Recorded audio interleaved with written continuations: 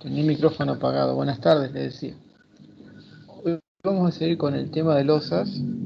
Estamos viendo la clase anterior el análisis de Marcus, que en definitiva se sintetiza en la utilización de una tabla, pero que a los efectos conceptuales resulta interesante para comprender el comportamiento de las losas. Hoy nos resta para terminar lo que es losas cruzadas, ver una partecita de lo que sería los espesores mínimos a considerar, teniendo en cuenta sobre todo la consideración de las flechas, digamos, el espesor mínimo vinculado a ese aspecto. Y nos quedaría una partecita de losas nervuradas, que algo ya estuvieron viendo con el ingeniero Axel Brutus, la clase anterior, cuando hicieron el diseño de una losa nervurada armada en una dirección. Y también les voy a mostrar ahora por ahí, no sé si al principio o cuando terminemos la clase, en todo caso, algún ejemplo numérico, más que numérico, mostrarles con un software una placa apoyada en sus 4 lados, como para que comparen qué es lo que pasa por el tema del despegue de las esquinas, digamos, que levanten los bordes. En todo caso, si nos queda tiempo, vamos a ver esa partecita también. Bueno, empezamos ahora.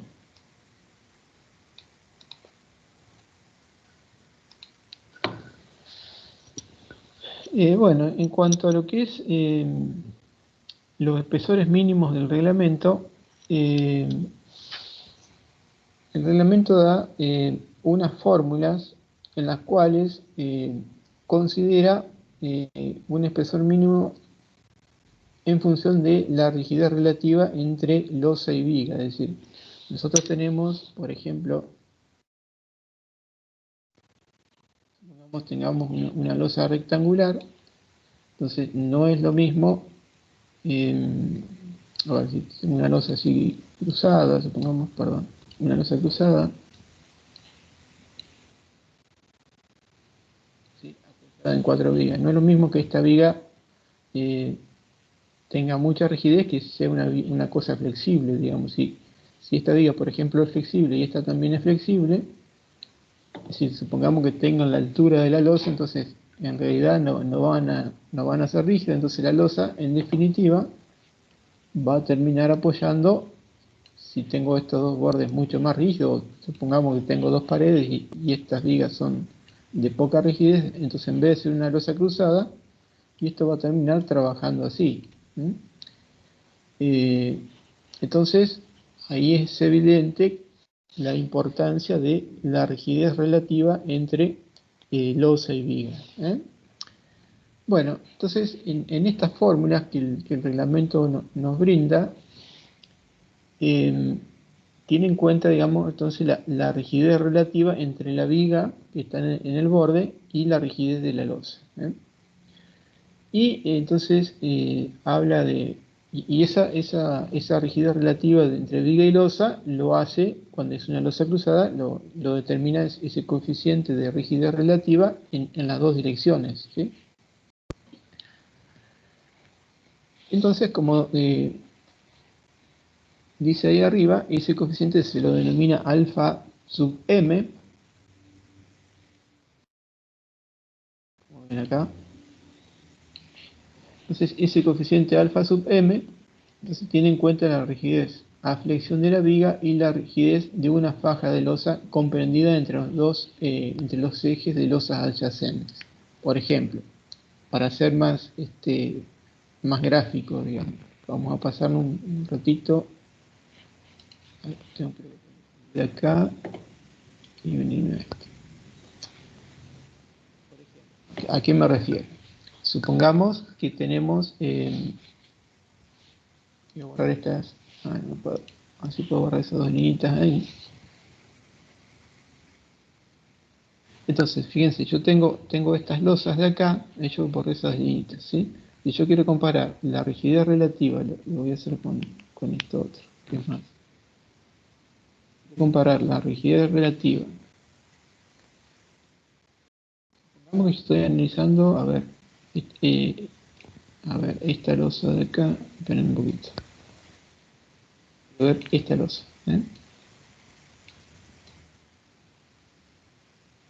Esta losa está apoyada en sus 4 lados, ¿sí? Entonces yo quiero determinar en esta dirección, ¿sí? Supongamos que el sentido de las I, la rigidez relativa entre esta viga y la faja de losa. ¿Cuál es la faja de losa? Entonces, lo que yo comparo es esa viga con, yo tengo, de esa viga a este lado tengo un paño de losa y hacia este otro lado tengo otro paño de losa. Entonces, lo que yo debo tomar al momento de comparar es de la losa de la derecha, de esta de acá, el ancho que va desde la mitad del paño. Y de este otro lado, tomo la mitad de este otro paño. Entonces lo que yo comparo es para esta viga, la rigidez relativa de esa viga y la de este paño de losa. Esto mismo está hecho acá. Es decir, yo estoy viendo la deformación así que sufriría la losa, o comparando la rigidez tiene que ver con cuán deformable es la losa flexionando así con la viga en la que está apoyando. ¿Sí? Entonces, lo que yo comparo directamente es la rigidez flexión tiene que ver con el E por I, el módulo de elasticidad del hormigón y la inercia de la sección. Entonces, este medio paño de este lado más este otro medio paño me define el ancho total de la faja de losa que yo voy a considerar para compararla con la viga que está, en la cual estoy apoyando. La viga es esta de acá. Es decir, esto trasladado acá, si esto llamémosle L2 si quieren, por darle un nombre, eso va a ser este L2. Entonces, fíjense, esta va a ser la sección de mi losa, va a ser el espesor es H y el ancho es L2, es decir que la inercia de la losa, ¿sí? O como dice el reglamento, la I sub S, la SD es de slab, losa en inglés, placa. Entonces, la inercia, ¿a qué es igual? Una sección rectangular, es de ancho igual a L2 y altura H, o sea que es BH al cubo sobre 12, o sea, es decir, es L sub 2 por el H de la losa al cubo sobre 12, ¿sí? Y el de la viga, bueno, será la sección, el ancho de la viga por su altura. Vamos a llamarle este H de losa. En realidad, realmente le llama H de slab de la losa. H. Entonces acá sería HS al cubo. Y este sería el H de la viga. Entonces, la inercia de la viga, o en inglés bin, entonces su índice es B larga, perdón, de viga, es BH al cubo sobre 2, en este caso es el BW de la viga por el H de la viga al cubo sobre 2. Y eso es lo que yo comparo en la rigidez. ¿Sí? Por ejemplo, ahí le decía para esta viga. Puedo hacer lo mismo para esta otra. Fíjense, esta como es de borde, el ancho de losa que yo voy a considerar, y es la mitad de este paño, o sea que mi ancho de losa es todo esto nada más. Será esa sección de ahí rectangular. Comparada, o sea, decir, sería esta partecita de ahí que está. Comparada, perdón, sí, hasta acá. Vamos a hacerlo. Ese sería el ancho que yo compararía con la rigidez de la sección rectangular de esta viga de acá. ¿Sí? Entonces tendría el alfa, o sea, si yo estoy analizando esta losa, ¿sí? Tengo el alfa de acá en este apoyo a la izquierda, tengo el alfa del apoyo a la derecha, y entonces definiré en esa dirección un alfa promedio, si quieren, que será el promedio de esas dos. O no importa, tengo el alfa este otro alfa, y luego hago en este apoyo, en el otro sentido hago lo mismo, o vamos a ponerlo en esta imagen, en este hago lo mismo, en esta otra viga hago lo mismo, ¿sí? Y en definitiva voy a tener un alfa medio, un alfa promedio entre los cuatro, que será un número, ¿sí? Ese alfa no les dije cómo se saca, pero intervienen las rigideces de esos elementos, ¿sí? Ahora lo vamos a ver acá. Y ese alfa, acá lo ven. En cada uno del apoyo no es otra cosa que la relación entre el E por I de la viga sobre el E por I de la losa. Ven que aparece el E por I de la B larga, que es BIM o viga, dividido el E por I de la S, que es slab o losa. Entonces yo comparo esas inercias, y en general va a pasar que el módulo de elasticidad es el mismo. Entonces si el módulo de elasticidad, si es hormigón monolítico, entonces directamente lo que comparo es inercia de viga respecto de inercia de losa. Se me simplifica, si el material es igual, se simplifica esto. Entonces, en función de ese alfa medio, es decir, estaría promediando las rigideces de las vigas, los coeficientes de las relaciones entre rigidez de viga y losa. Entonces, en función de ese valor de alfa m, yo puedo decir cuán rígidas son las vigas respecto de la losa. Si ese alfa m, si las vigas, me da un valor inferior a 0,2, quiere decir que la losa no apoya en esas vigas, es decir, que son muy flexibles, y directamente la losa está apoyando sobre las columnas, es decir, la carga se transmite a la columna directamente, no se transmite desde losa a viga y de viga a losa a columna, sino que directamente la losa está apoyando en las columnas. Eso se conoce como un entrepiso sin vigas o una losa sin vigas, digamos, sería como le dice acá. Pero normalmente se conoce como entrepiso sin vigas, ¿sí? Si ese coeficiente alfa es mayor que 2, esa es una situación de vigas rígidas, entonces en ese caso podemos suponer o podemos considerar que la losa está apoyada sobre apoyos realmente rígidos y serían totalmente válidas esas expresiones que hemos visto de coeficiente para determinar momentos de losas cruzadas apoyadas según distintas condiciones en sus cuatro lados. O sea, porque esas tablas están pensadas para, sí, están sacadas suponiendo que los apoyos son rígidos. Entonces, al cumplirse esto, sería totalmente aplicable esa situación. Y cuando los apoyos son rígidos, entonces, o sea, no es lo mismo que los apoyos se deformen. O sea, si yo tengo, digamos, tengo esta losa, no es lo mismo que yo vea, si los apoyos son rígidos, ¿qué va a pasar? Yo voy a tener acá una deformada, ¿sí? Pongamos que sea esta, en el centro. Entonces, este punto va a tener un cierto descenso. Ese descenso que voy a tener no es lo mismo de si, vamos a hacerlo abajo, de si los apoyos o las vigas son deformables, es decir, ¿por qué? O ahí se lo suponemos. Hagámoslo en verde. Entonces, si esta viga deforma, ¿qué quiere decir? Que esta línea que está en azul va a descender aún más. Es decir, a este punto le voy a tener que sumar lo que desciende este apoyo. Es decir, es mucho más deformado, el descenso del punto va a ser mucho mayor, digamos, el del centro de la losa. Entonces, a medida que son flexibles, entonces voy a tener mayores deformaciones.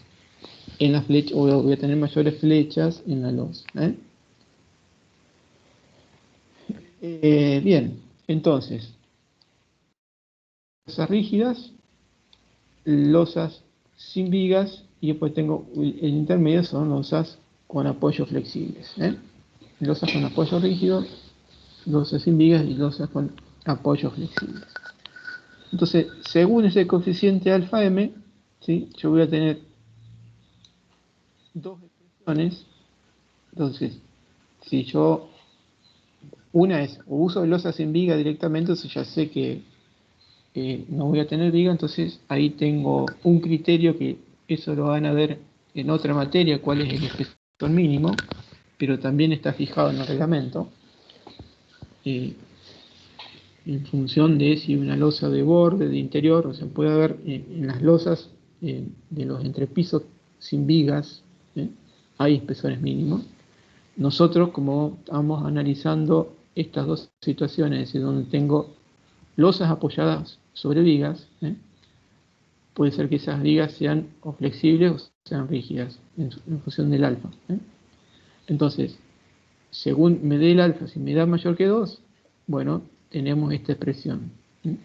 Y si el alfa es menor que 2, pero a su vez mayor que 0,2, por supuesto para que no sea sin viga, la expresión que debemos utilizar es esta otra. ¿Sí? Esa expresión, entonces, justamente tiene en cuenta con el alfa tiene en cuenta la rigidez relativa, así que aparece en la expresión, ¿sí? Tiene en cuenta también la relación de lados de la losa, o sea, no es lo mismo una losa cuadrada que si es alargada, entonces la relación de lados es tenida en cuenta en ese coeficiente beta, ¿sí?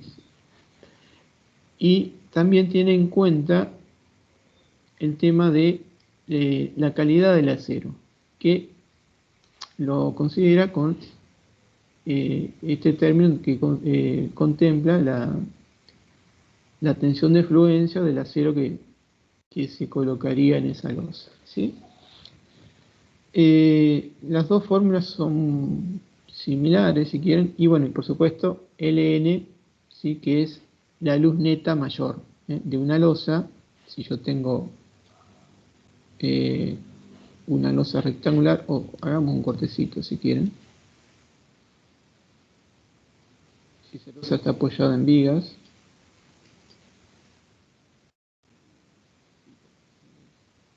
entonces la luz neta es lo que tengo de cara a cara de viga. ¿Sí? Esta es la luz neta. Y la mayor, entonces acá en este ejemplo, por supuesto, la que hay que considerar es esta que les voy a indicar en azul, por supuesto. O sea, en estas fórmulas que estoy describiendo acá, esto está en el capítulo 9 del reglamento, esta fórmula, el Ln siempre es la luz neta mayor, ¿sí? Ese Ln es la luz neta mayor. Bien, esas fórmulas nos van a sugerir un valor de h, o sea, nuestra altura a adoptar siempre tiene que ser mayor que ese valor mínimo, ¿sí? Y si la viga, si el alfa me da que es una losa con viga flexible, ese valor de h que obtengamos no debe ser menor que 12,5 centímetros o 125 milímetros. O sea que nos está fijando para losas, sistema de losa con viga flexible, una altura mínima de 12 centímetros y medio. ¿Sí? En cambio, si ese coeficiente alfa m es mayor de 2, utilizando esta formulita vamos a obtener un espesor que como mínimo deberá ser de 9 centímetros. Si no da menos, o sea, debemos adoptar un espesor mínimo de 9 centímetros. ¿Sí? Nunca podemos usar, según el reglamento, losas de espesores menores a 9 centímetros. ¿Sí? El reglamento anterior consideraba espesores un poquito más chicos en algunas situaciones de losa de poca importancia, de hasta 8 o 7 centímetros en algún caso, en algo totalmente que es de servicio, digamos, ¿no? Pero en general se tomaba 8 centímetros. No hay mucha diferencia entre 8 y 9. Bien.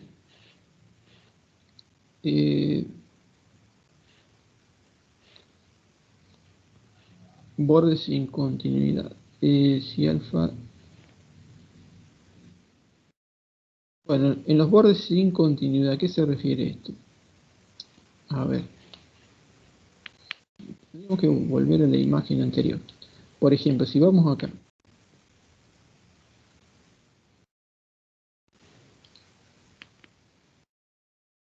Si nos fijamos acá, esta losa de acá, perdón.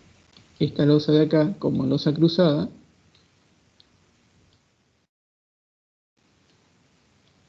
tiene, para este lado, tiene continuidad porque acá tiene otra losa al lado, ¿sí? Yo podría hacerla continua, tendrían entre ambas un momento de apoyo, ¿sí? O sea que este lado tiene continuidad. Acá de este otro lado también hay otra losa, o sea que hacia ese lado también hay continuidad, pero acá, fíjense, esta es una viga de borde y esta es una viga de borde, o sea que estas dos que marqué en azul, para la losa son bordes que no tienen continuidad, así que no habría un momento de apoyo ahí en esos casos. O suponemos que está normalmente apoyo articulado. ¿Sí? A eso se refiere con el tema de la losa sin continuidad en uno del apoyo. Entonces, en el caso de que, como dice acá abajo, borde sin continuidad, dice colocar una viga siempre de borde con un alfa mayor a 0,8. Es decir que en esos bordes que le indiquen en azul, hay que buscar de que ese alfa sea mayor de 0,80. O si no, que es lo que dice acá, si no cumple con eso, bueno, aumentar este espesor que da la fórmula un 10%. ¿Sí? Bien, esto que están viendo acá son esas mismas fórmulas representadas en un gráfico. ¿Sí? Acá tienen esta curva de acá. Tenemos la curva para beta igual a 2. Perdón, esta es la fórmula, disculpen. Esto está hecho para una relación de lados igual a 2. Esto está hecho para una relación de lado igual a 1. Acá el beta. Estas son las expresiones de arriba. Fíjense, vamos a copiarla.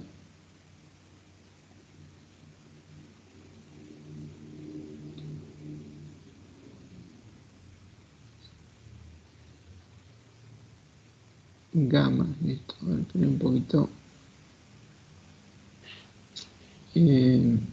Es 1 sobre.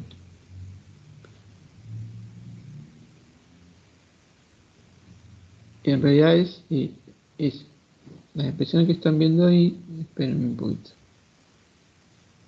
Me copio una de las dos. Bueno, o copio hay que copiar las dos, pero copiemos una sola. Copiemos esta, así no entiendo. Les copié la segunda, ¿sí?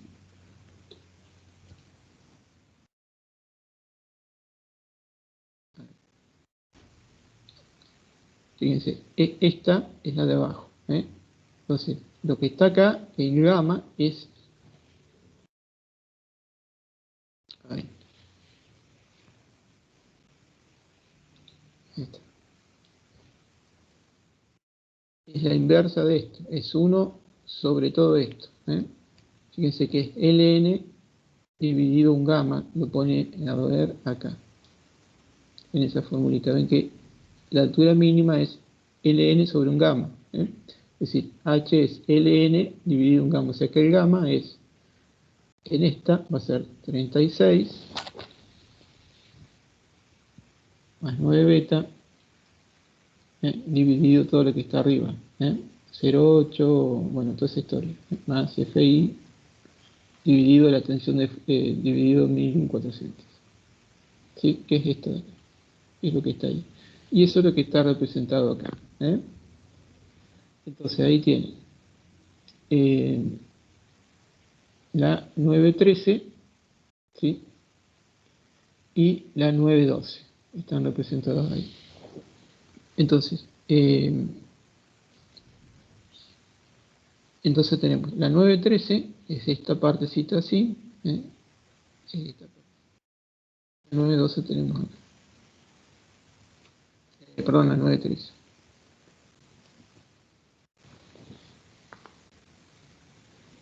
Acá también está indicado. Entonces ahí nos da los valores de gamma. Por ejemplo, si suponemos beta igual a 2, nos da esta curva de arriba, y si suponemos beta igual a 1, tenemos la curva inferior. Y cualquier otra relación de lado que esté entre 1 y 2 está dentro del área rayada. ¿Sí? Entonces, como ven, acá tenemos en función del alfa m, ¿sí? Podemos ver cuando nos acercábamos a 2, ahí empezaba a ser rígida, ¿sí? Y de ahí para abajo se hacía flexible, ¿sí? Entonces, cuando es rígida, entonces cuando la relación de lados tiende a 1, ¿sí? Ahí tenemos un coeficiente gamma, ¿sí? Que ronda cerca de 40, 30 y pico, 39, 40, ¿sí? Si la relación de lados es 1. Si la relación de lado nos acercamos a 2, ahí ese coeficiente anda en este valor de acá. ¿Estamos? Pero es eso nomás, está volcada ahí la representación de esto, no tiene mucho sentido. O sea, lo que tienen que entender acá es cómo calculo el alfa, que es la relación entre la inercia de la viga y el de la losa, saco un alfa medio para la losa, y en función de ese alfa medio uso una fórmula o la otra que me va a dar una altura que tendrá que ser mayor que un valor mínimo. Esa es toda la historia. Como verán, es bastante laborioso, porque tengo que, para una losa que yo quiero hacer, tengo que hacer en los 4 apoyos, fijarme, hacer este cálculo, y es medio engorroso, ¿sí? Por otro lado, esto para la mayoría de los casos que se nos presentan en las construcciones comunes que realizamos, que son cargas en general destinadas a vivienda, esto da valores muy conservadores. Es por eso que un grupo de gente del CIRSOC hizo un estudio, y lo que hizo fue en el comentario de la norma del CIRSOC 201, en los comentarios, incluyó en el comentario, como dice acá, la tabla C9532, es decir, la C es de comentario, comentario al artículo 9532 del CIRSOC 201. En ese comentario lo que hizo es agregar esta tabla que salió de todo un estudio paramétrico. Lo que se hicieron fue estudiar losas cruzadas, con distintas condiciones de apoyo. Acá tienen la losa apoyada en sus 4 lados, articulada, losa apoyada en sus 4 lados, pero empotrada en 2 y articulada en otras 2, y la losa en el tercer renglón, que sería empotrada en sus 4 lados. Se hizo un análisis para distintas condiciones distintas consideraciones de cargas, y de si tiene o no mampostería que apoya sobre la losa. O sea, no es lo mismo cuando nosotros vamos a calcular, por ejemplo, ¿qué es lo que yo busco con estas fórmulas de acá? Y lo que busco es fijar una altura mínima que me garantice que yo no tenga problemas de flecha, ¿sí? El reglamento me dice, bueno, calcule con esto la altura mínima, y si adopta un valor más chico que esto o distinto, justifíqueme que la flecha verifica satisfactoriamente y no va a haber inconvenientes, ¿sí? Entonces, la flecha límite está en función de si sobre ese elemento está apoyando o no algo que se pueda romper. Si la flecha es muy grande, a veces se puede romper una mampostería, un vidrio o algo, ¿sí? O sea, no es lo mismo si está apoyando algo que eh, por una deformación pueda romperse que si no lo está, ¿eh? Entonces, por eso es que hay dos consideraciones. Fíjense, aparte de tener distintas condiciones de apoyo, contempla esas dos situaciones, es decir, sobre esa losa apoyan o no mampostería, es decir, si no apoya mampostería, entonces la flecha admisible es mayor, ¿eh? Se puede ser admitirse que tengo una flecha un poquito más grande, ¿eh? Que si tengo apoyado una mampostería, entonces una flecha excesiva puede ser que provoque algún daño y bueno, ¿eh? Bueno, eso por un lado. Y en función también de eso, hay que tener en contemplar, perdón, aparte de esto, hay que contemplar la sobrecarga que pueda estar actuando en la losa. Es decir, ustedes saben que en las losas, entonces tenemos una carga, parte es carga permanente y parte es carga viva, ¿sí? Cuando nosotros tenemos una viga o una losa, o lo que sea, un elemento flexado de una carga, ¿sí? Que generalmente en la losa va a ser una carga uniformemente distribuida, esto va a tener una flecha instantánea que va a ser esto, ¿sí? Luego, en el hormigón, debido a que eh, es un material particular, hay un fenómeno que se llama el tema de la fluencia o creep, ¿sí? Con lo cual esta flecha, al tener esta carga que es sostenida, que en general es la carga muerta, la que está sostenida en el tiempo, va a pasar de que esta flecha a carga constante va a seguir aumentando en el tiempo por el tema del creep, ¿eh? ¿Qué pasa? Que las cargas que va a estar actuando la mayor parte del tiempo no es solamente la permanente, esta D, sino que de esta carga L, un porcentaje, qué sé yo, el 25%, por ejemplo,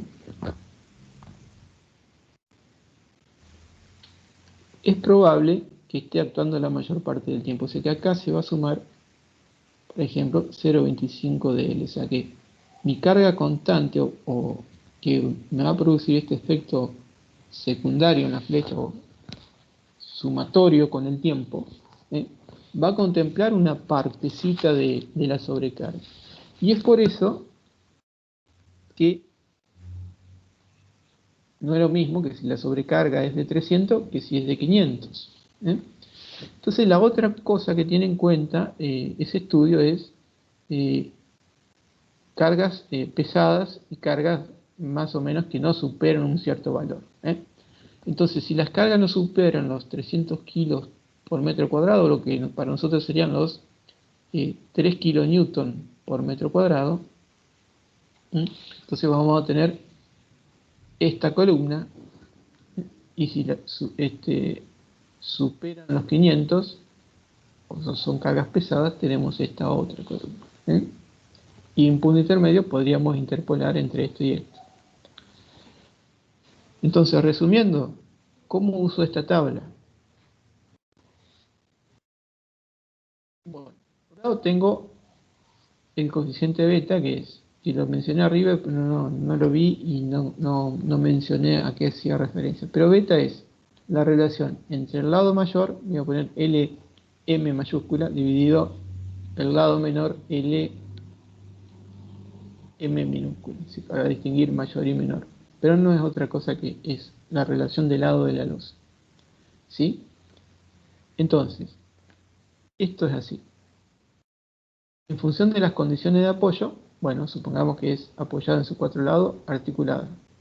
Entraría en el primer renglón, ¿sí? Supongamos que el beta me da 1. Entonces, para entrar por este renglón, el beta 1 es esto de acá. Si tengo mampostería, bueno, tengo que venir a esta parte, o sea que son estas dos columnas. Y si mi sobrecarga no supera los 300, entonces tengo que usar esta columna. Es decir, que el coeficiente que saco de esta tabla es este de acá, por ejemplo. ¿Se entiende? Si el beta hubiera sido 2, hubiera entrado, bueno, de vuelta, entro en este mismo renglón, ¿sí? Pero si el beta es 2, estoy acá. Si era con mampostería, estoy en esta parte. Y si no supero los 300, entonces es esta columna. ¿Sí? ¿Qué pasa? Si mi beta es 1,5, 1,3 o 1,35 o lo que sea, es un beta entre estos dos valores.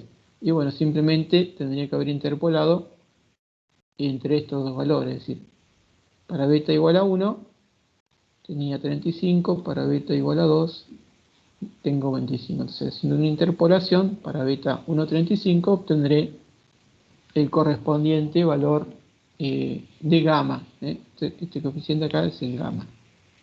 ¿Sí? Entonces, de esta tabla directamente obtengo un coeficiente gamma, entonces la altura va a ser igual. Y acá cambia respecto a lo anterior. Es igual a la luz neta menor, acá es menor, en el anterior era el mayor, dividido el gamma que sale de esta tabla. ¿Sí? Y es mucho más simple. Fíjense que acá para nada me fijo en la rigidez relativa de nada. O sea, es directamente. Yo simplemente veo la relación, o sea, veo cómo está apoyado, que eso lo adopto yo como quiero que trabaje la losa. Calculo su relación de lados y bueno, sacaré si tengo que hacer interpolación o no. No puedo armar esto en un Excel y sale fácil porque es muy simple. Y bueno, y por supuesto, en función si hay o no mampostería, ¿no? Y ahí ya tengo el H. Chao. Bien. Pero ¿qué tiene que darse para que yo pueda aplicar esto? ¿O cuáles fueron las hipótesis, los supuestos sobre los cuales se hizo ese estudio eh, de flechas y verificando hasta dónde puedo llegar y obtener una flecha límite, digamos, admisible?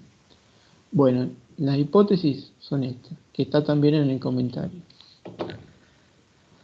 Y tiene que ver con la idiosincrasia de nuestro país, digamos, con lo que usualmente es la forma de construir en nuestro país. Digamos, en las obras comúnmente lo que nos encontramos es con esto. Dice, en función de la experiencia obtenida en estructuras similares construidas en nuestro país, los espesores mínimos que surgen de la aplicación de la expresión 912, que son las primeras que vimos, pueden resultar excesivamente conservadoras, perdón. Es lo que venimos viendo para las losas armadas en una dirección. Fíjense que habíamos unos valores de la luz sobre 20 para la luz armada en un sentido, y le dijimos, no, usemos la luz sobre 26, que es más acorde a lo que veníamos usando siempre, y que está justificado en todo un estudio también. Y fíjense que acá nos salimos de la norma base, y la norma base es la ACI 318. ACI 318 es la norma base, norma americana. Y esto que estamos viendo acá es una modificación que se introdujo acá, en particular para la Argentina, para el CISO. Entonces se ha demostrado que es factible determinar espesores mínimos de losa bajo ciertas condiciones de carga, material y procedimientos constructivos, en los que se especifican en la tabla anterior que acabamos de ver. Estos coeficientes.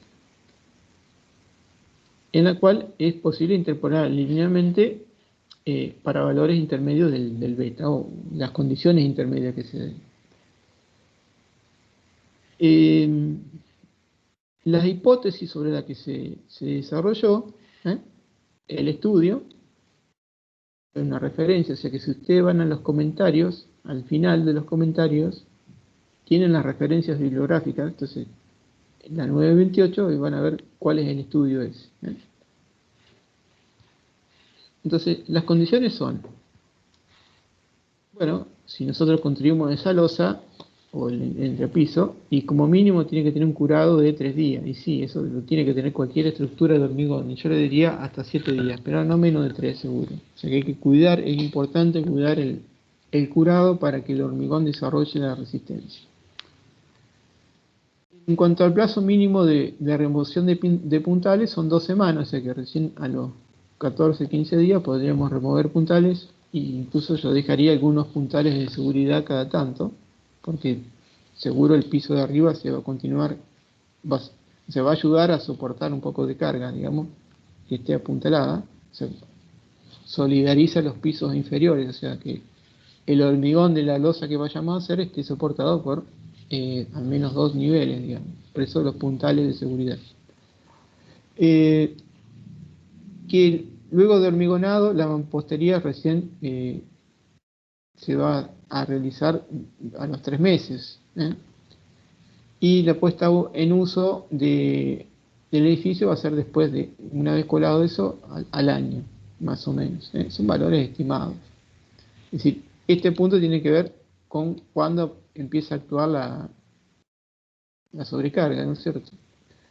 Y esto de la mampostería también, o sea, hay todas cuestiones, porque en función de cuándo está la mampostería es cuándo puede empezar a partir de cuándo se puede resentir esa mampostería por el tema de la flecha y de la fluencia lenta. Las otras condiciones es que el peso propio de la losa incluye las siguientes cargas constructivas. O sea, incluye cargas constructivas. ¿Qué quiere decir cargas constructivas? Entiendo que son cargas que se dan durante la construcción, ¿no? Por acumulación de materiales, etcétera, etcétera. Es decir, se ha considerado eso en el cálculo. Como carga de pisos, carpetas y cielo raso, se estima un valor de 80 kilos por metro cuadrado, es decir, 1,8 kilonewton por metro cuadrado. También se consideró sobre la losa un peso promedio de mamposterías de 1 kilonewton por metro cuadrado también, y de que la fracción de la sobrecarga, ¿sí?, que estaría sostenida de larga duración, o sea que estaría aplicada en toda la mayor parte del tiempo, que yo le dije un 25% de la sobrecarga, bueno, acá le está diciendo que lo que se consideró fue un 30%, así que en el cálculo de la flecha por fluencia lenta se ha considerado un 30% de la sobrecarga como si fuera carga sostenida o de larga duración, ¿sí? Esos son los supuestos. Además de que, bueno, por supuesto, las vigas deben ser rígidas, eso sí. O sea, no podemos pensar, digamos, que si hacemos una viga de la altura de la losa esté apoyado. No, o sea, sepamos que tenemos que darle cierta inercia. Pero esto simplifica mucho el trabajo. Y estos son los supuestos. En cuanto al dimensionamiento, una vez que obtenemos los esfuerzos, es decir, vimos esto para la losa armada en un sentido, pero ahora ¿qué pasa? Tenemos una losa que puede ser cruzada, ¿sí? Entonces vamos a tener momentos en dos direcciones, o sea que a este lo llamamos MX, voy a poner en azul los MI, los momentos que me dan, determinaría la armadura en la dirección I. Y con el MX, vamos a hacerlo en verde mejor. Así. Calculamos la armadura en la dirección X. Entonces, según si es momento positivo, tengo tracción abajo y la armadura irá abajo, y en los apoyos tengo momento negativo y la armadura tendría tracción arriba y la armadura irá arriba, ¿no? Y bueno, y en cada dirección procedo igual que como hacíamos con la losa en un sentido. Hago lo mismo, pero ahora tengo que calcular la armadura en dos direcciones, ¿eh?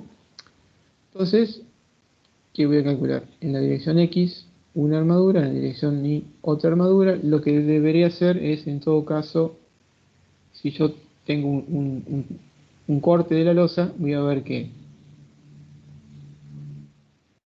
en un sentido voy a tener una armadura acá, ¿eh? Espera, voy a hacer un poquito más grueso. La armadura que va en esta dirección, ¿sí? Perpendicular a esta, perdón, voy a tener la otra, ¿sí? Es decir que en un sentido la altura útil será esta y en el otro la altura útil va a ser esta. Es un diámetro de diferencia de eso, ¿eh? ¿Sí? Supongamos si esto es D1, esto llamémosle diámetro de barra 1 o phi 1, y esto será phi sub 2. Entonces este será el D sub 2. No importa si es X o Y. ¿Ya? Entonces, D1 es igual la altura de la losa menos 2,5 centímetros, era lo que hacíamos en la losa en una dirección. Y en la otra dirección, el D sub 2 es igual a D sub 1 menos medio diámetro de este y menos de diámetro del otro. Es decir, menos phi 1 más phi 2 sobre 2. Eso sería la otra dirección. Entonces, según cuál sea el mayor momento, el mx o el mi, entonces al mayor momento me conviene darle el brazo útil mayor, ¿eh? ¿Sí? Así ustedes saben que la armadura es el momento nominal dividido el brazo de palanca dividido la tensión de fluencia de la cera. Entonces, si yo a la armadura, al mayor momento le doy a esa dirección, le asigno a la dirección que tiene el mayor momento, le asigno el D mayor, ¿eh? O sea, lo que estoy haciendo es, con el hecho calculo el Z, el brazo de palanca, ¿no? Entonces le estoy dando el mayor brazo de palanca, con lo cual voy a tener un cierto ahorro de acero. Entonces prefiero ahorrar darle más brazo de palanca donde más momento tengo, ¿eh? Es un criterio. Entonces vamos a tener por cálculo una cuantía que la calculamos con el método de KD-KE, como veníamos de la misma forma, ¿eh? Siempre en ambas direcciones la armadura que obtengamos tiene que ser mayor o igual que la armadura mínima, que era 0,0018 de B por H. Lo mismo que hacíamos con las losas armadas en una dirección, lo mismo lo vamos a hacer también con las cruzadas, es exactamente igual. En cuanto a la separación mínima, cambia un poquito en que directamente en ambas direcciones la separación no debe superar 2 veces el espesor de la losa, ¿eh? ¿Sí? Y ahí eso sería todo lo de losas nervuradas. Losas llenas, disculpen, cruzadas, ¿sí? Losas nervuradas es lo que sigue ahora. A ver, estoy viendo la hora. Bien. Bueno, vamos a dejar para el último la parte del software. Vamos a seguir con losas nervuradas, que esto ya, un poco voy a repetir lo que ya Axel les dio cuando dieron la práctica de la losa nervurada. Entonces, losas nervuradas.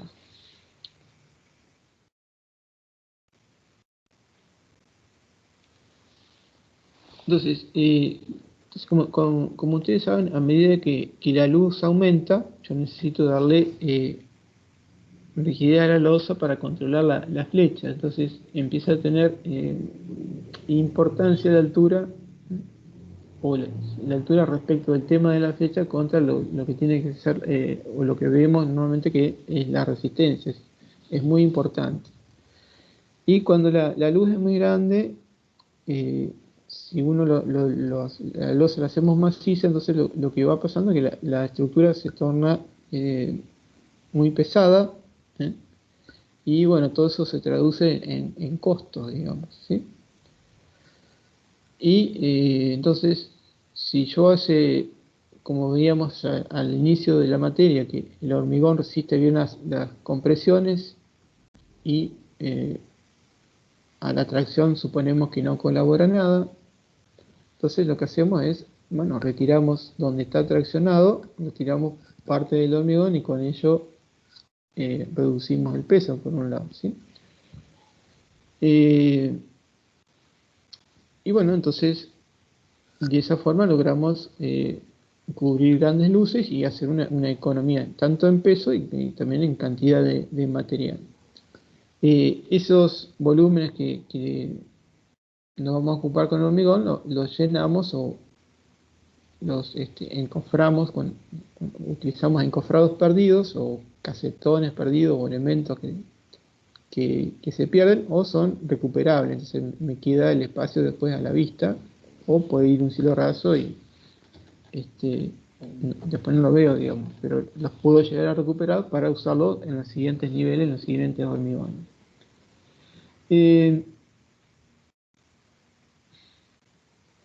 Bien, de esto tenemos en cuanto a la forma de trabajar, tenemos lo mismo que ya veíamos anteriormente. Podemos considerar, según cómo dispongamos nervios, si en un sentido o en forma cruzada, podemos tener losas en una dirección o losas nervuradas conformando losas cruzadas, siempre y cuando la relación de lados esté menor que 2. No, ya saben que va a trabajar más en un sentido que en el otro. Bien.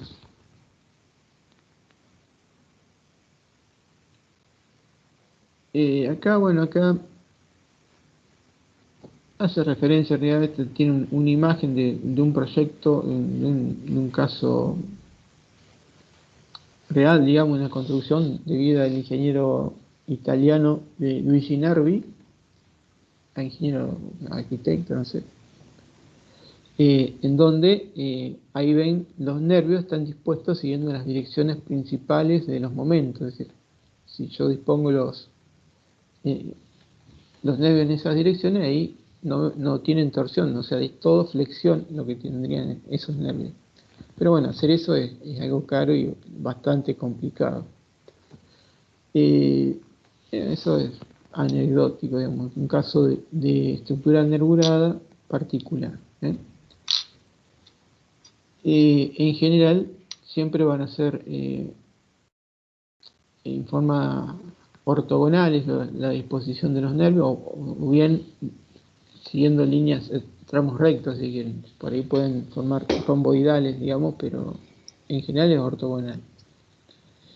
Esto lo vieron con el ingeniero Butus, que son las condiciones que pide el reglamento. Hay unas limitaciones en cuanto a las dimensiones mínimas, dimensiones mínimas, separaciones máximas entre nervios, etcétera, etcétera, que deben cumplirse para poder considerarlo como losa nervurada y que son exigidas por el reglamento.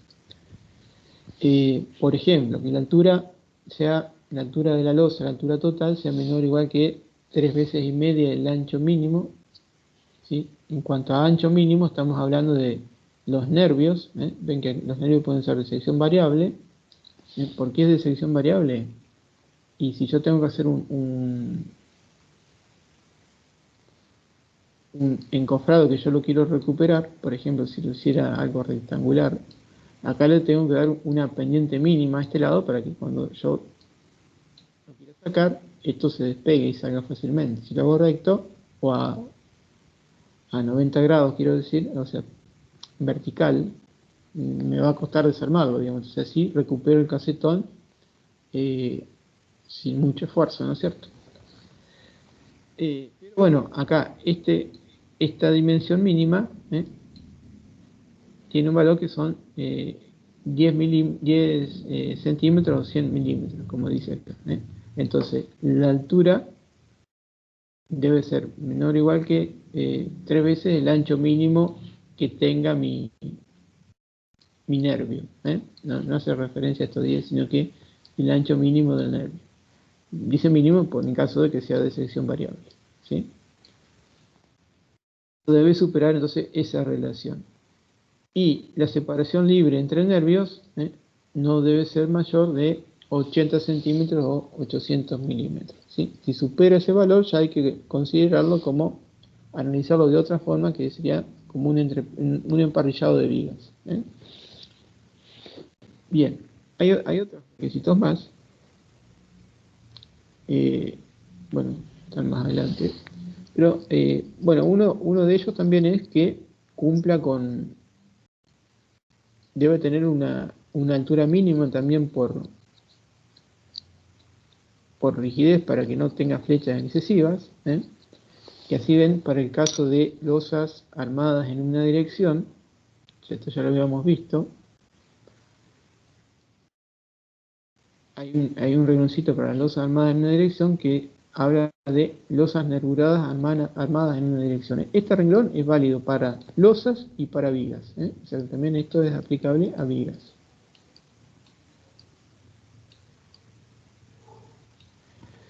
Entonces, si es simplemente apoyada, es la luz sobre 16, si es con un extremo con continuidad y el otro simplemente apoyado, es la luz sobre 18,5, o sea, el H mayor o igual que la luz dividido es 16, 18,5, 21 o si es voladizo sobre 8. Esto es lo que nosotros le decíamos que era un poco excesivo. Acá no está, pero en la losa llena, en losa llena,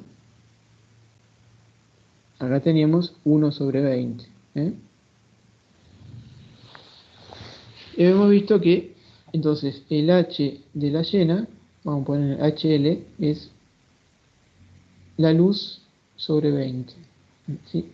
El H de la nervurada es la luz sobre 16. Es decir, yo hago la relación H nervurado sobre H lleno,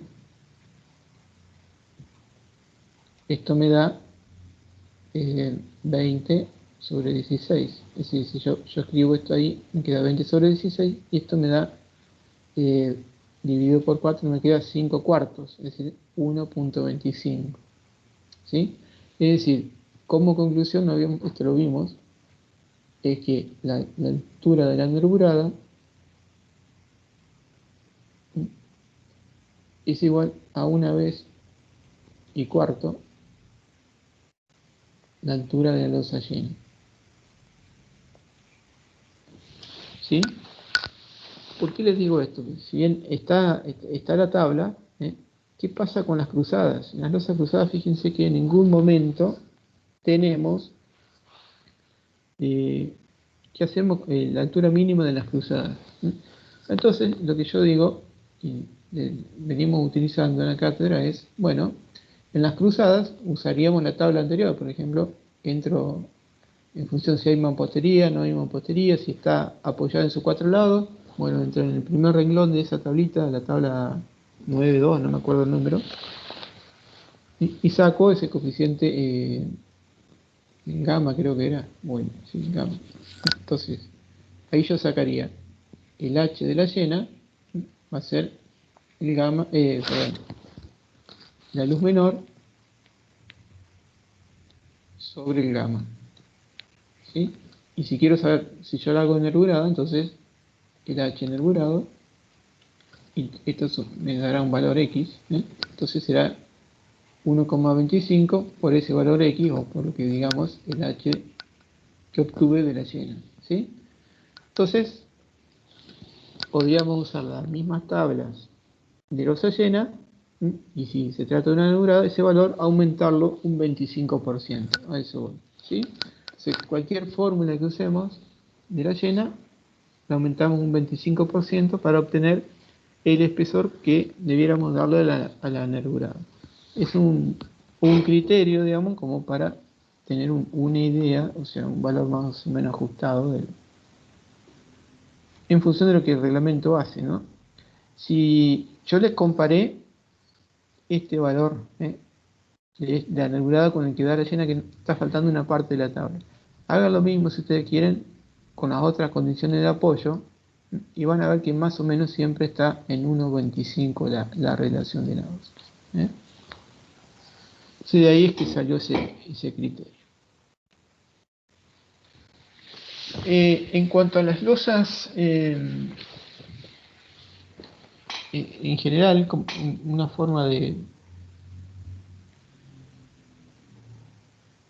clasificarlo, entonces es en función de si el casetón es perdido o recuperable. Entonces ahí hablamos de encofrados removibles o recuperables. ¿Y por qué es importante esa clasificación? Bueno, es importante a los efectos de el espesor mínimo que puede tener la capa de compresión. El reglamento dice que cuando el encofrado es removible, el espesor mínimo es de 50 milímetros. Es decir, pues yo cuando saco el encofrado, el casetón, puede ser que cuando yo lo saque, podría quedar adherido al hormigón, y probablemente cuando yo retiro esto, y por ahí se puede dañar un poco ahí la capa de compresión.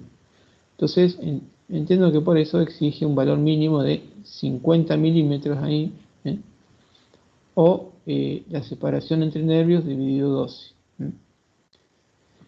Y habla de que cuando, acá abajo, cuando el casetón o el elemento que yo pongo para alivianar queda fijo, o sea que no se retira, fíjense que ahí, contrastando uno con el otro, vemos que en vez de 50 nos permite adoptar 40 milímetros o 4 centímetros de espesor mínimo, ¿sí? Si sigue exigiendo la separación entre nervios dividido 12 como altura mínima de esa capa de compresión, ¿sí?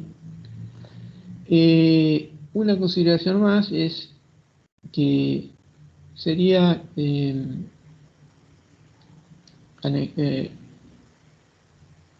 complementario, digamos, en el caso de que estos elementos que yo estoy poniendo hoy para aliviar, en el caso que sean más resistentes que el hormigón que estoy colocando, o sea, que tengan una resistencia importante, o sea, que no sea un material frágil, como de menor calidad que el hormigón que estoy usando.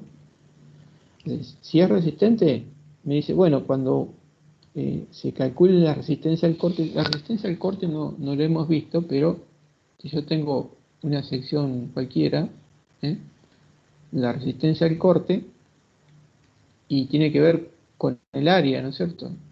Con el área de la sección. Entonces, fíjense, si yo tengo ese nervio y acá al costado tengo la pared de un elemento que es más resistente que el hormigón, que es lo que ven acá, por ejemplo, en esta, bueno, agarré en el azul no se veía nada.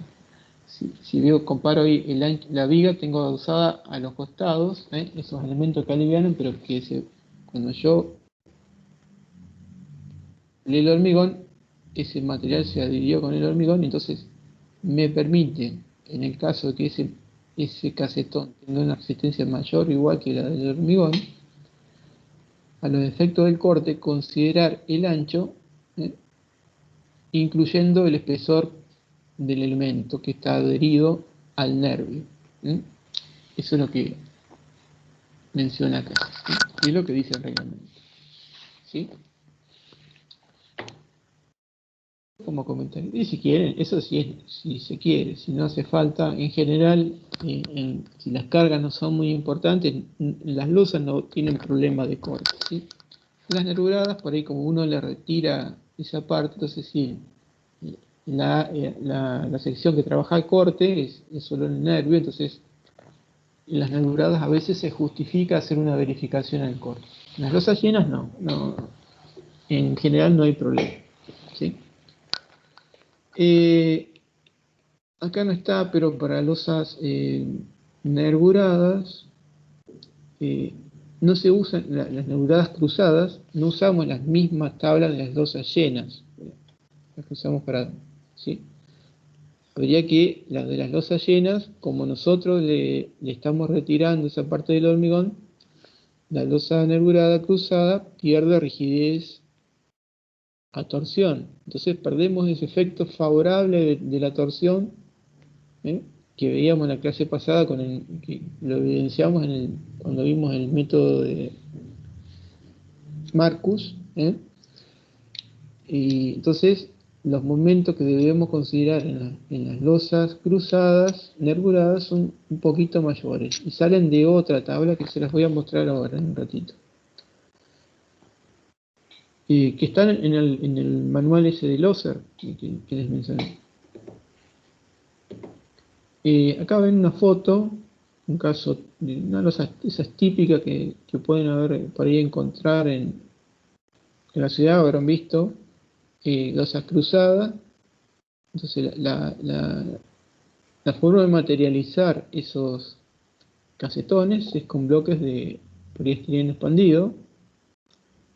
Eh, en general son bloques de 50 por 50 y por 20 de altura más o menos. Es decir, el bloque de poliestireno viene, o sea, provisto en bloques de 1 metro cúbico, digamos, 1 metro por 1 metro. Entonces por eso si uno lo hace de 50 por 50 es como que estamos aprovechando ese bloque el 100%. Entonces, por ejemplo, eh, a ver si me sale el dibujo.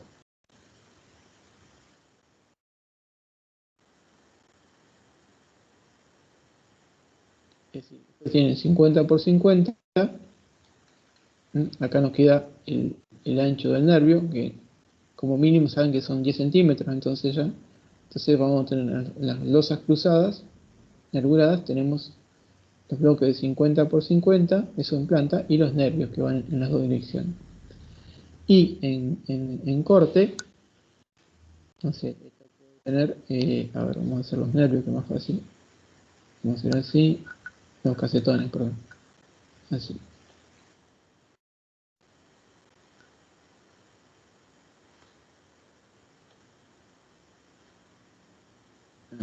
Entonces, estos son los casetones. Vamos a ver eso. Entonces, esto es lo que yo les digo. Un ejemplo típico, digamos, esto más o menos. Estos son 50, estos serán 10, 12 centímetros. Estos 50, 10 a 12, 50. Y esto, entonces ya saben, son 5, usualmente. Y esto, si buscamos módulos para que nos den módulo del metro, o sea, pueden ser 20 centímetros, 25. Normalmente esto con 20 nos va a dar una losa de 25 de espesor. Y con eso vamos a cubrir luces más o menos de, no sé, 5 metros, una cosa así. En ese orden, una losa cruzada, más o menos cuadrada, ¿sí? Nos va a dar ese margen para cubrirlo. Después, por nervio, mínimamente vamos a tener que tener 2 barras, y se puede de esas 2 barras levantar uno de ellos en los apoyos, es decir, como hacíamos en la losa armada en una dirección, o sea, en un apoyo hacemos así, y en el otro se lo dibujo un poquito separada, y así al revés. Acá me quedo corto. Acá tendríamos la viga. No la dibujé, perdón. La viga tiene que entrar dentro de la viga. Ahí. La viga o lo que sea. ¿Sí? Eso sería en cada nervio.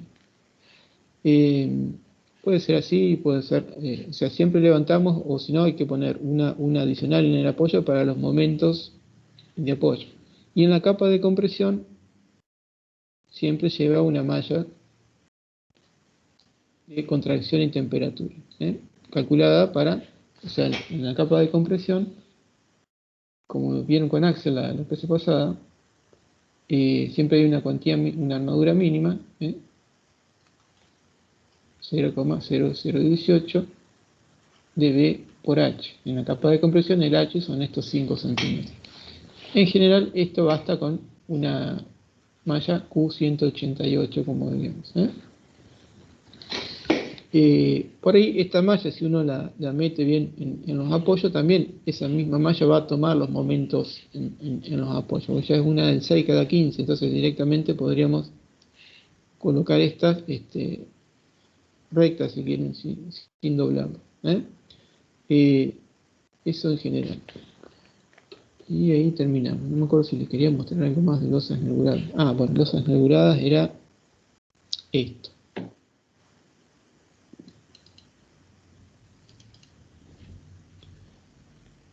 Cuando vimos, por ahí lo vamos a ver acá, un poquito.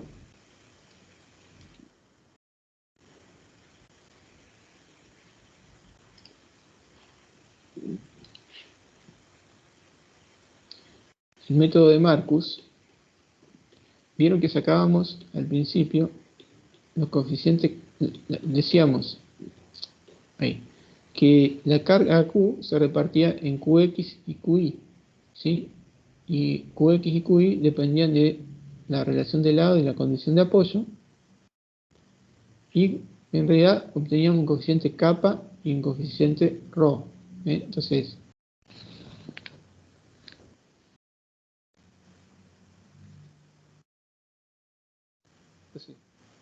Qx era igual a el coeficiente kappa por Q, y Qi era el coeficiente rho por Q. Entonces, directamente, el momento, si fuera una losa simplemente apoyada en sus cuatro lados, si yo quisiera sacar mx, el momento de tramo, directamente lo hago con estos Q, con estas cargas, o sea, no hago con el beta y el alfa. Alfa y beta, los que dicen alfa y beta, los de la tabla. Sino que directamente trabajo con los Q. El QX lo saco con, perdón, el MX con QX por LX al cuadrado, dividido el M sub I es MX, y el MI como Q sub I por LI al cuadrado sobre el MI. Que si es apoyada en sus cuatro lados, este es QL cuadrado sobre 8. ¿Sí? QX LX cuadrado sobre 8. Y acá, bueno, este también es 8. ¿Sí? Fíjense que acá en ningún momento introduje el tema de la torsión. O sea que directamente trabajo con esto. Fíjense. Cuando era llena, yo a QX y QI introdujimos, para tener en cuenta el efecto de la torsión, esto. Fíjense. Un coeficiente que era menor que la unidad. Entonces, cuando es nervurado, ese coeficiente es 1. Es decir, porque no hay efecto torsor favorable. Entonces, yo no reduzco los momentos. Entonces, esto los tomo iguales a 1. Por lo tanto, esto se hace 1 y esto se hace 1. ¿Y qué me queda? Que el momento es Qx por Lx al cuadrado sobre el coeficiente que corresponda, y Y acá QI por LI al cuadrado sobre L. ¿Está? Listo, o sea que podés usar la misma tabla, pero para sacar solamente QX y QI, para sacar lo que es el kappa y rho. ¿Eh? Acá, eso está. Vamos a las tablas. Ven que tiene para losa apoyada en sus cuatro lados, tengo los alfa y los beta, que son los coeficientes para sacar eh, los momentos. ¿Eh? El mx es alfa qlx cuadrado. ¿Sí? Este es el q. ¿Sí? Este es el mi. Si yo quisiera, o sea, si fuera llena, de acá saco alfa y beta,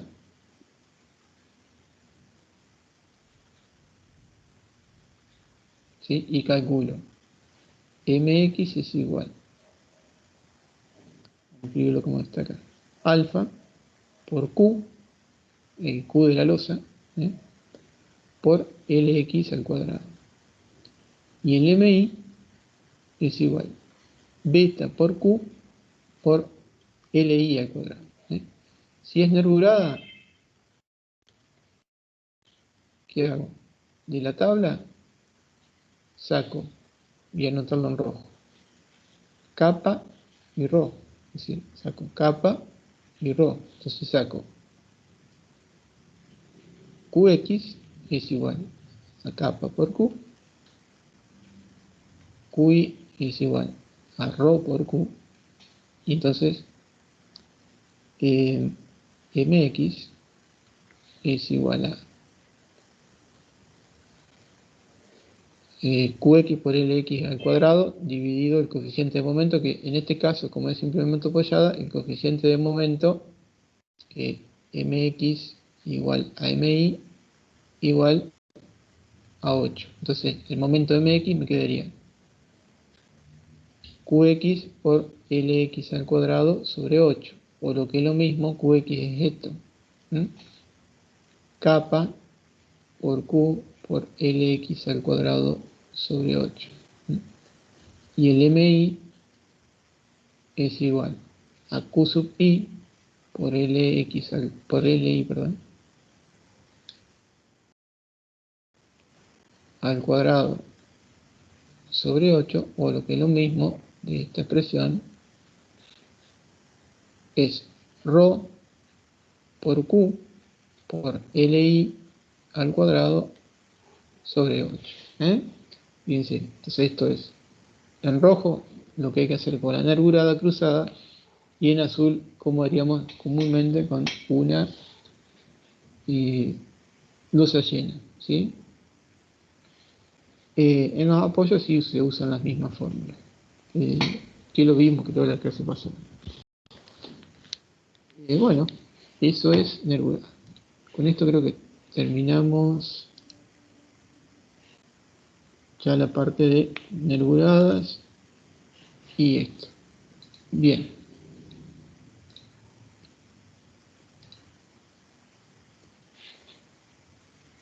Bueno, les doy un ratito más. Acá algún ejemplo. A ver si está abierto, si está abierto. Eso.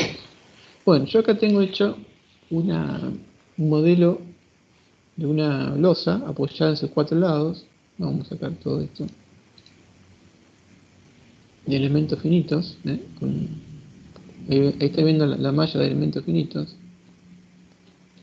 Esto tiene una carga, está apoyada en sus bordes, tiene una carga uniformemente aplicada, que acá no se ha hecho por ahí, doy vuelta a las cosas, ahí está. ¿Sí? Hice dos situaciones. Una está en los bordes apoyados en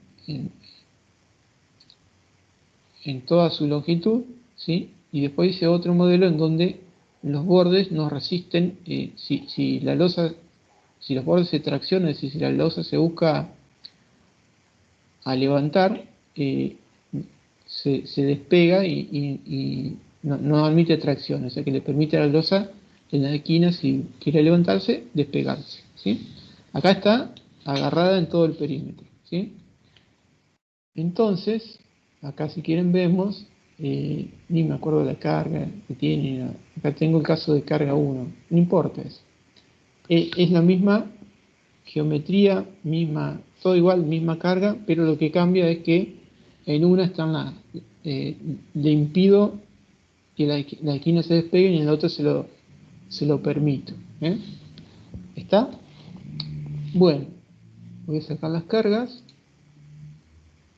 y lo que voy a graficar es la deformada. Resultados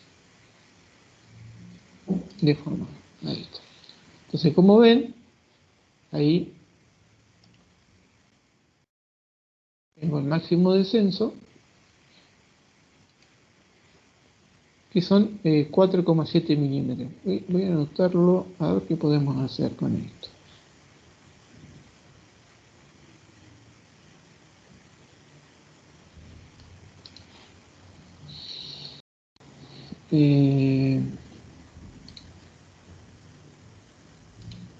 Bueno, esto es lo que nos da. Fíjense que nos da 4,7. Lo voy a ir anotando acá. Espérenme un poquito. Así comparamos qué pasa con una y qué pasa con otra.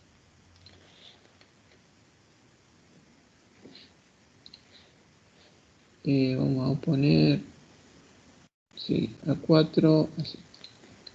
Vamos a pegar acá nuestro...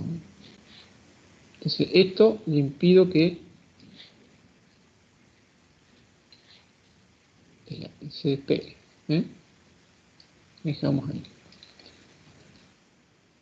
Por acá tengo el otro, que es este, y ahí ven claramente, a ver si le puedo dar la misma, yo tendría que ver, a ver si puedo acá, de alguna manera,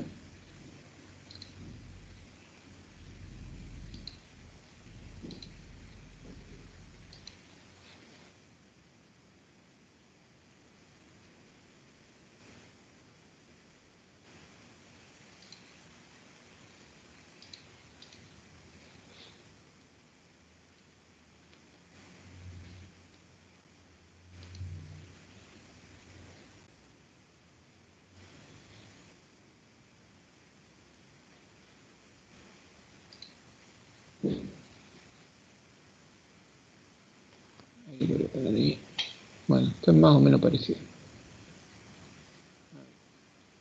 Ahí, vamos a copiarlo de vuelta. Esperen. Me tildé. Te lo vamos a borrar, así nos sale parecido el dibujito.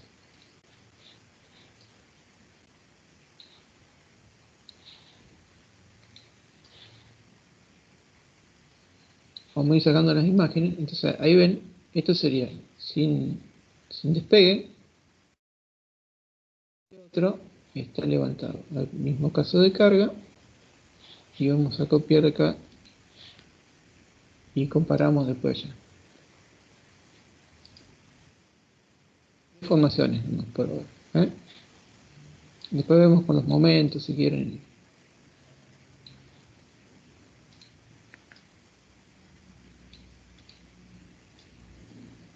Bueno, a ver.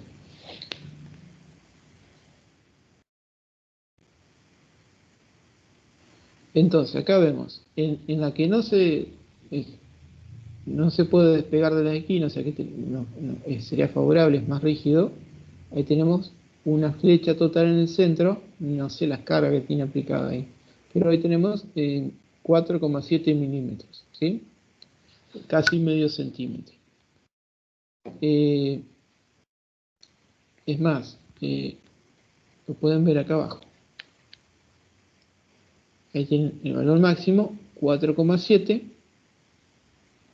Y en este otro, que ahí se puede ver como la esquina se despega, porque el apoyo acá no la está sujetando. Ahí la flecha aumentó de 4,7 a 5,1. ¿Sí? Hay un pequeño aumento en lo que es la flecha. ¿Estamos?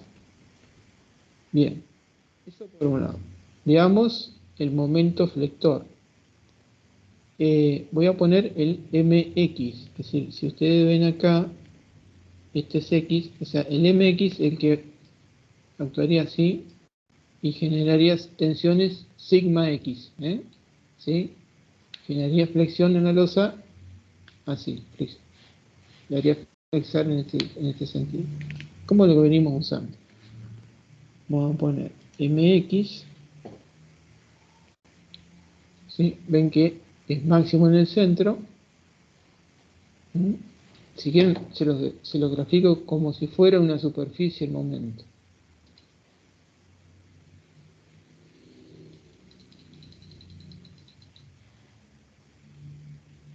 Esto es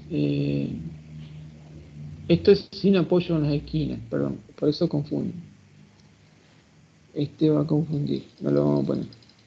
Vamos a dejar el valor así, me lo voy a copiar el MX. Voy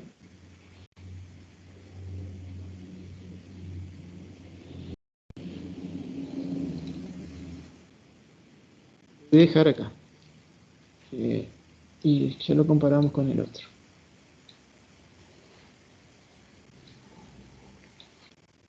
Y vamos al otro, que es con los apoyos en la esquina. Vamos a poner MX. Acá sí le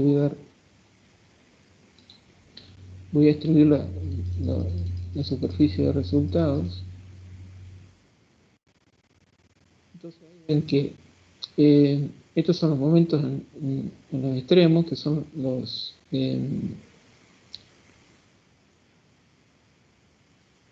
principales, que tenían direcciones a 45 grados, ¿se acuerdan? Y demás. Pero lo que pueden ver es el valor de los momentos positivos, o sea, son máximos en el centro, y si yo tirara acá, a ver, voy a sacar esto, porque confundo. Vamos a verlo desde arriba, porque ahí tengo graficado así, esto.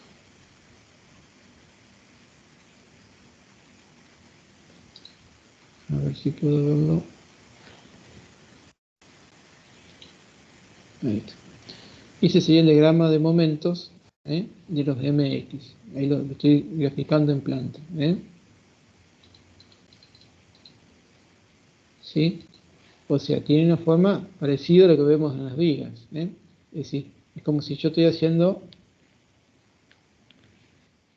una sección acá, y en vez de verlo con colores, estoy acá en el plano, estoy tratando de representar cómo sería el diagrama de momentos si yo corto por acá. ¿Cómo sería para esta banda que está por acá, apoyando ahí, apoyando acá y apoyando acá?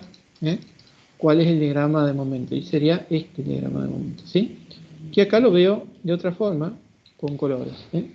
Lo máximo, ese momento máximo se da ahí, ¿sí? Esta misma, si yo la trazara por acá, y tiene más o menos la misma forma, pero este pico, este valor máximo acá, se va haciendo cada vez más chico. Y es lo que yo veo cuando yo hago voy a sacar ese cortecito,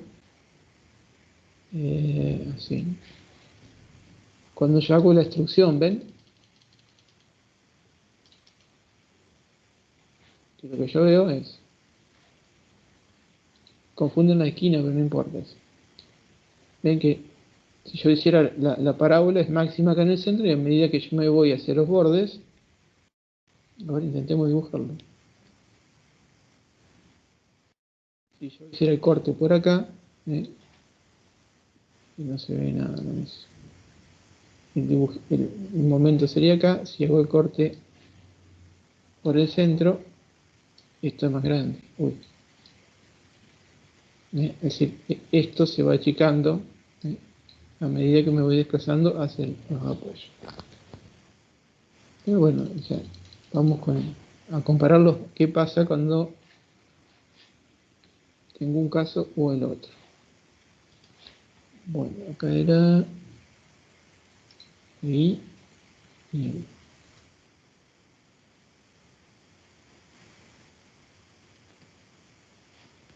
Bueno, Llevo esto y comparamos los mx de las dos situaciones.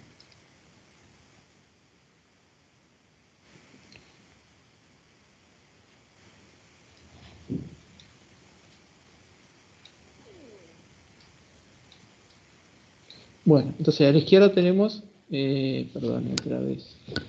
A la izquierda tenemos el caso que está impedido de levantarse, el de la derecha es el que se levanta, ¿sí? Abajo tenemos los máximos, los momentos, ¿eh? Fíjense, en este que no se levanta, el momento es 10,87, es el que tenemos, el rojo, 10,87, y acá como esto se levanta, pierde un poco el efecto favorable de la torsión, y fíjense, de 10,87 me aumentó a 11,68, me aumentó un poquito, ¿se ve? Eso es lo que yo le decía, no, que los momentos de tramo, cuando yo no tengo las esquinas bien ancladas o no está bien armada la losa en la esquina, van a aumentar. Si esto se despega, pierdo el efecto favorable de un poco de la torsión y aumentan un poquito los momentos en los tramos. Eso ocurre mucho a veces cuando tenemos huecos. Por ejemplo, si yo tuviera, estoy pensando con qué color lo hago, creo que con amarillo. Si tuviera acá un hueco, es decir, ahí, es lo mismo que se me despegue la esquina. Entonces, el hecho de tener huecos, a veces también hace que los momentos de tramo aumenten un poquito, digamos, porque pierdo el efecto de las esquinas, digamos. Bueno, eso era lo que les quería mostrar un poquito, para ver algo distinto a lo que ya más o menos vimos, digamos, en cuanto a la forma de los momentos. Bueno, chicos, lo dejo un ratito de recreo con Axel a ver qué tiempo les da y seguimos con la práctica.